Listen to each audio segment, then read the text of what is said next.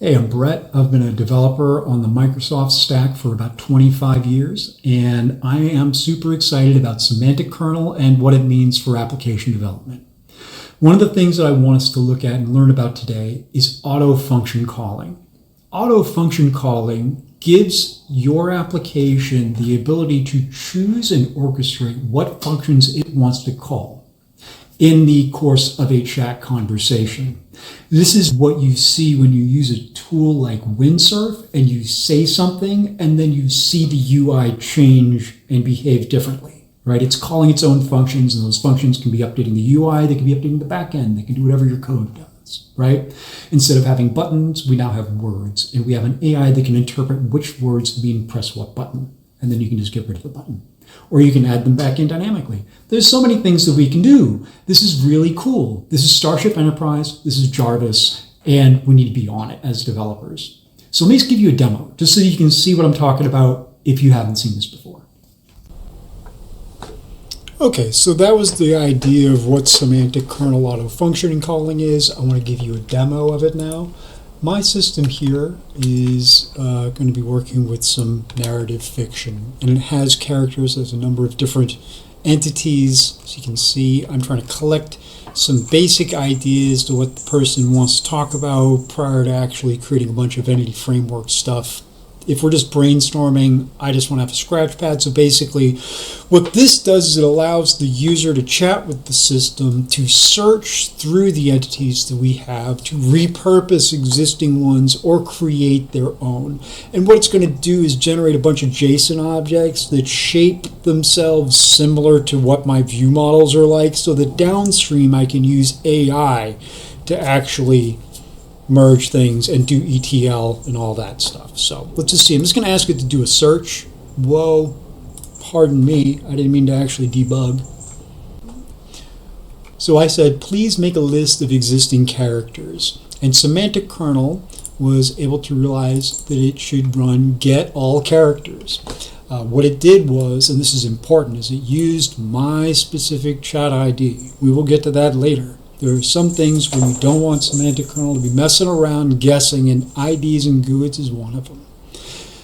And then the result is going to be big. Like, I'm not going to actually show you the whole jammed out thing. It's a bunch of JSON, but semantic kernel again makes it markdown and makes it pretty. Okay, so that was a read. Now let's set a value. So I've got this thing over here to put a world in. I just say set my world up with values similar to the lands of Conan the Barbarian. All right, so let's see what it does. It does save world. It's called Conan Inspired World. That's fine. This is great. We're just doing a demo, right? And it used set entity data world. And it created a bunch of values to pass in there, and it was successful. Let's talk about how to make something like this. The first thing that you want to do is you want to visit the Semantic Kernel Github Repo. You're going to pull that locally. You probably want to go through the Jupyter Notebook lessons. There's also a Microsoft Learn site where they have some lessons on using Semantic Kernel. I would encourage you to do that as well. But now that you've got these files here, what you're going to do is below this video, I'm putting a GitHub repo there with all the files that I use in Windsurf. And down here under my Omnigeist grounding and development folder, I'm going to be sharing these files with you. But that actually leads me to a conversation that I wanted to have about workflow. And I think that this is an important conversation to have because I'm not planning in this video to get into every detail of how things work. I'm going to definitely walk you through how auto function calling is being implemented in Omnigeist. But what you can do is steal the files that I've got, drop them into your own Windsurf installation. And if you haven't used Windsurf before, I encourage you to go get it. Cursor is great too. I have pro versions for both Cursor and Windsurf. Right now, my opinion is that Windsurf is taking the lead. And one of the things that you can do is use @ in the chat to reference files. So what I will do is I put copies of the Semantic Kernel repo directly in here, just airlifted it. And also I make sure that the version that I pull from NuGet is the same version that's in the repo that I'm using, because there's some slight deltas and nuances with some of the information that's online and also what you will get between GPT, Claude, and others, unless you specify the exact version number. So I encourage you to include that in your Windsurf rules file, which I'll be providing also for you in that GitHub repo. So that's some of the workflow that I want to encourage you to do. And when dealing with architecture and design issues, if I need to reference a lot of code files, I will do that here in Windsurf. So like, for example, if I'm doing something that's not Semantic Kernel, like Entity Framework, where I have AutoMapper and also configs and seed files, you can add all of them at the same time and ask it questions. But the difference of if I want to have a conversation in Windsurf or a Claude project, let me show you what that looks like. I have a number of projects, but I have one that's like my Semantic Kernel architect, where I will upload a lot of different files and my own grounding and all that stuff. Another tip, one of the things that I do in Visual Studio or whatever, wherever I'm at, you just pop over to some kind of entity folder. See this? I should make a copy of this for you too. A better way to do it. What I do is I make a copy of it in my different entity folders, and it will just rip them all together in one big file that I can then go over to Claude and right-click upload and share that. Now you've got grounding. I will use Claude if I'm perhaps having a more long-term architecture type conversation where I'm thinking about like the future of the platform and the product and concerns that I have on throughput of AI services or something like that. I need to be able to return to this when I have ideas and thoughts outside of the context of development. However, if I'm in Windsurf, my intent is probably to act on what I'm talking about today.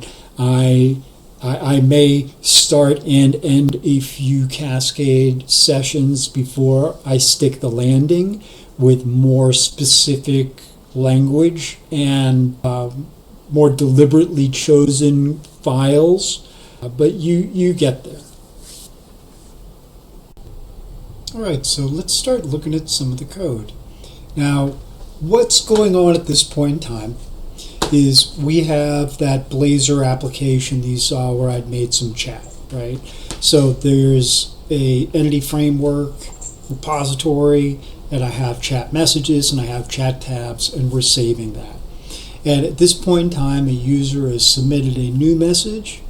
We've identified that the type of tab is going to be a wizard session, and so that's routing them from presentation to service up to my backend AI project here. And what we're going to do is first create our kernel. Okay? And we're setting up our configuration values for Semantic Kernel here. This is how we are injecting the ID from that chat tab down into Semantic Kernel so that when Semantic Kernel calls a function, it will inject my tab, ID.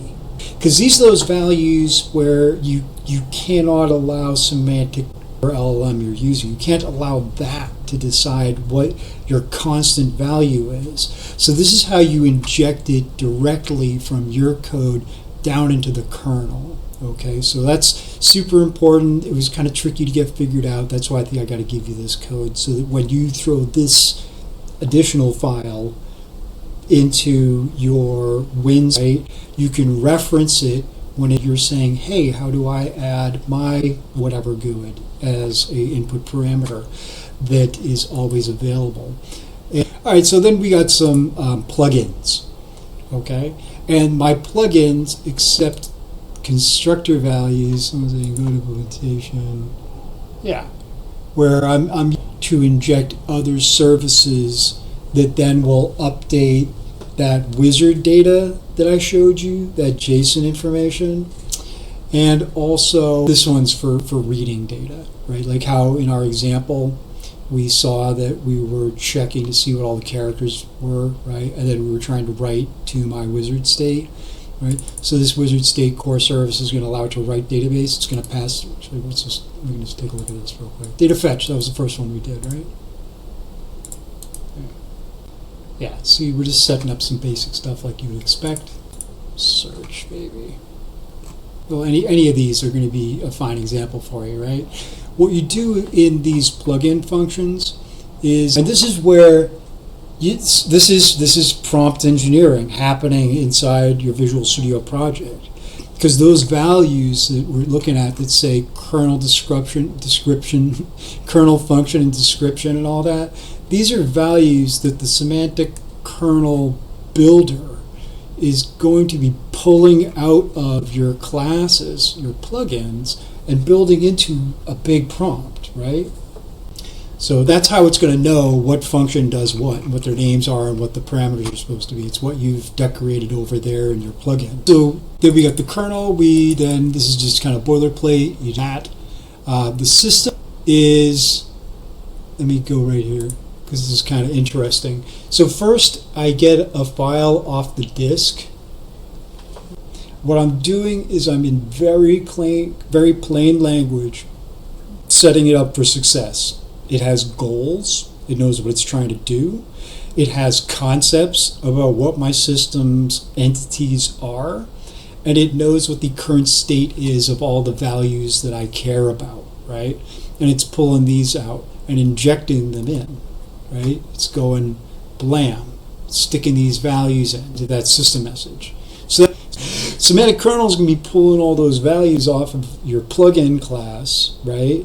And you've got your system prompt with anything that you injected in there. And then you also need to include the context of your chat conversation. You should probably figure out what the size is from where you want to start to truncate and summarize, and you can use AI services to do that too.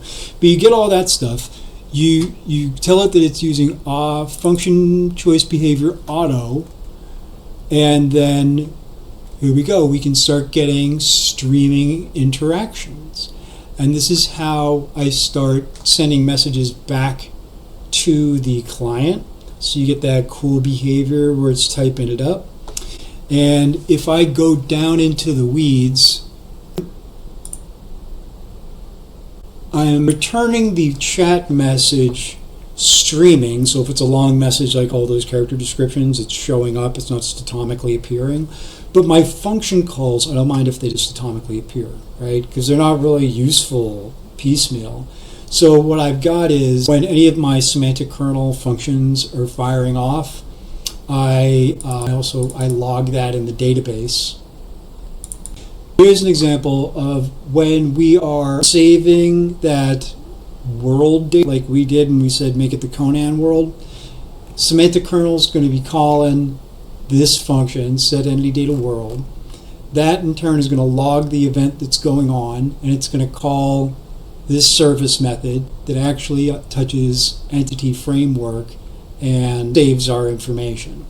And when this saves our wizard information, right, we've got some events that are going on that cause the UI to update. And that's the short story of how semantic kernel auto function calling works. I'm super excited about this stuff, and I would love to talk about it more if anybody's interested. I'd give you a bigger demo of the system and what it's doing and what its goals are. Other than that, I really just wanted to get this dialogue started so that people would be talking about how to implement really interesting things with AI. And not just in the context of auto function calling. That's just one of the ways that I've been tooling it in here. You can do a lot of interesting things. Like if you tool AI into your system, validation is a different experience, because now you can validate forms not just on regex patterns, but if the information logically makes sense. Different things that we can do now. and I'm looking to talk to other like-minded individuals about it.